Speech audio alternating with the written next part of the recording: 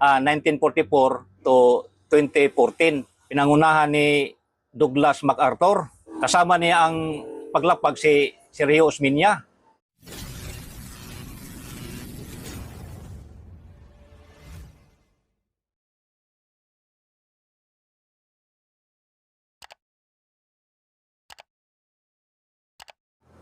Ay, hello po mga idol.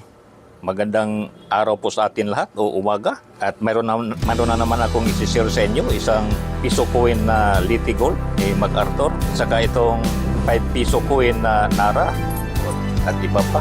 So lilinisan muna natin mga idol. Gamit po ang metal polish pa rin mga idol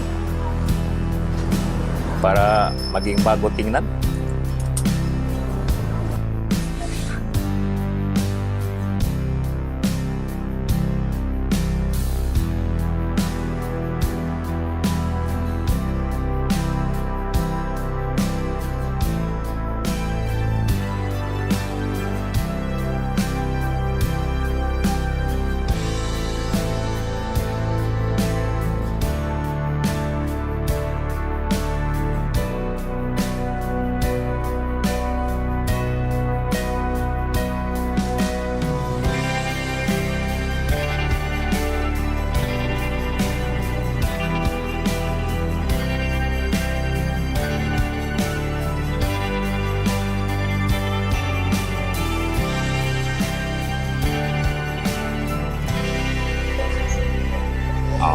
Kintab na.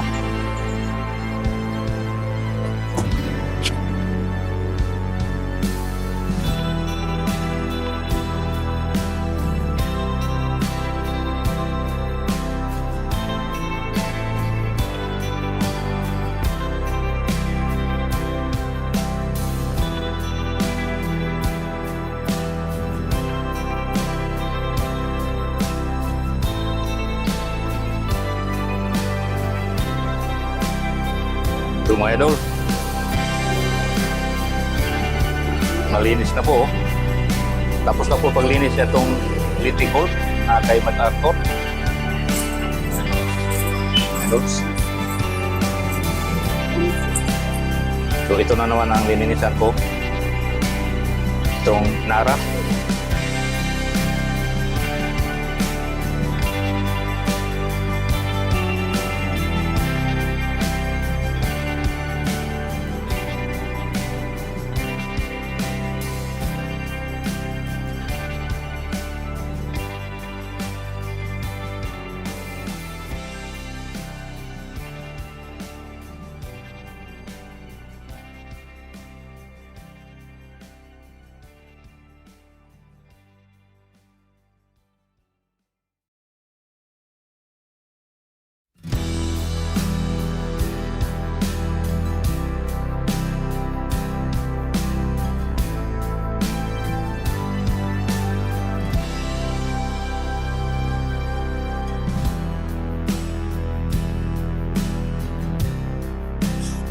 Ito mga idol, tapos na yung Nara, 3 piraso.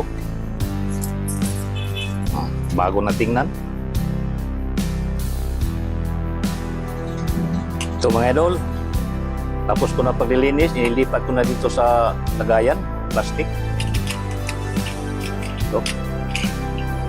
Ito pa.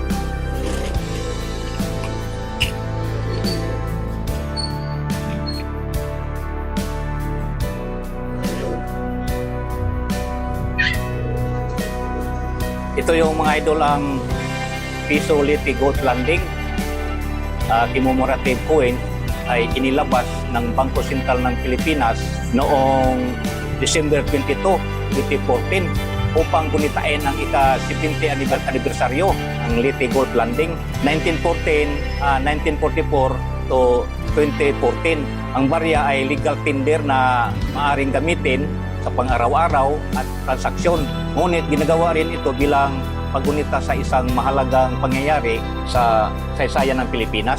Ito ay ang kasaysayan ng Liti Gold Landing noong October 20, 1944. Pinangunahan ni Douglas MacArthur ang paglapag sa puwersang Amerikano at Pilipino sa Liti upang simulan ang pagbalaya sa Pilipinas mula sa pananakop ng Hapon. Kasama niya ang paglapag si Rio Osmeña dito rin niya binigkas ang tanyag na pahayag na I have returned. Ang pangyayaring ito ang naging simula ng muling paglaya ng bansa noong ikalawang digmaang pandaigdig. Ito ang disenyo noong 2024 na 5 piso coin mga idol. Sa harap, makikita sina Douglas, MacArthur at Pangulong Sergio Osmeña kasama ang mga sundalo habang lumalapag sa Leyte. Nakaukit ang Leyte Gold Landing at 70th anniversary 1944 to 2014. Dito naman sa likod mga idol, makikita ang 5 bituing insignia, 5-star rank ni MacArthur. Yan, 5-star. Naroon din ang kanyang lagda at ang silyo ng Bangko Sentral ng Pilipinas dito.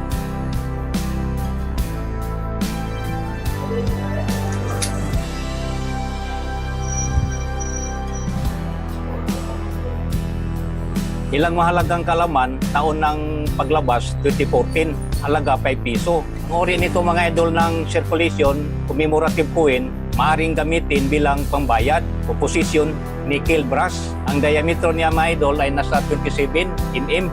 Doon lang po mga idol ang itong kasaysayan ng Leyte Gold Landing 1944 to 2014 na pinangunahan ni MacArthur at saka ni President Sergio Osmeña. Ito naman idol, ang piso Nara coin ay unang inilabas noong 1991 bilang bahagi ng Improved Flora and Fauna Series. At layunin nitong palitan ang 5 pisong papel na salapi dahil mas mabilis itong masira kaysa barya.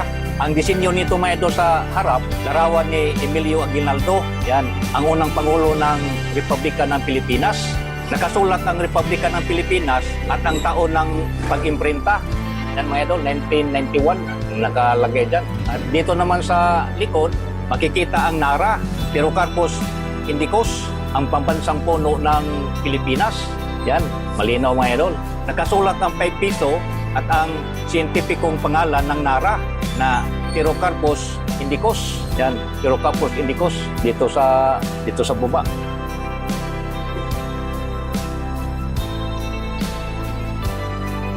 Bakit Nara ang inilagay mga idol? Ang Nara ay kinikilalang pambansang puno ng Pilipinas, ay sumasagisag ito ng katatagan, tibay at karangalan, pagmamahal sa kalikasan at pambansang pagkakilanlan. Kaya isinama ito sa Flora and Fauna Series upang ipakita ang likas na yaman ng bansa. Ang mahalagang detalye nito mga idol,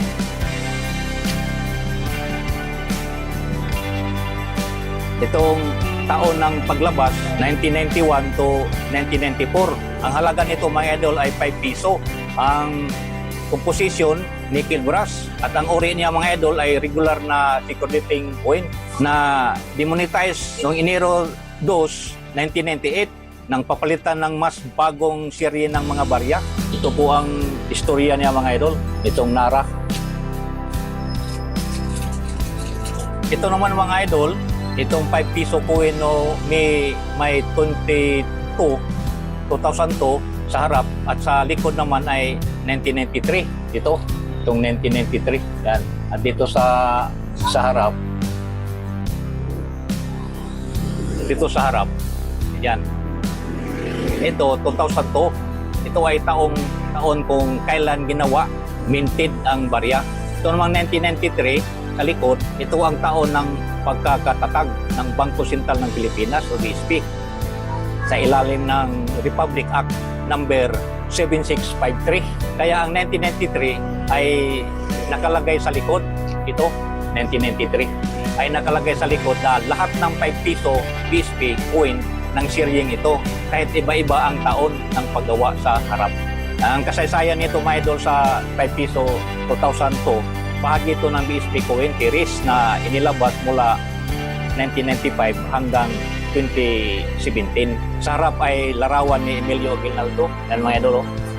At sa likod naman, dito ay isang silyo ng Bangko Sentral ng Pilipinas at ang taong 1993 bilang paggunita sa pagkakatatag ng BSP, hindi sa taon ng paggawa ng barya.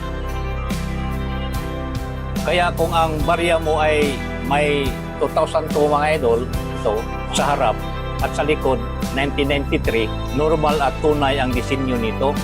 Ang 2002, ang mint year, samantalang ang 1993 ay tumutukoy sa pagkakatatag ng Bangko Sentral ng Pilipinas o BSP.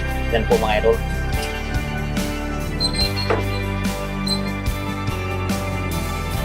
Maraming salamat po sa panonood. Kung nagustuhan ninyo ang video mga idol, paki-like, paki-comment, paki-share, paki-subscribe, at pindutin ang notification bell para lagi kayong updated sa mga bago kong upload. Maraming salamat po mga idol.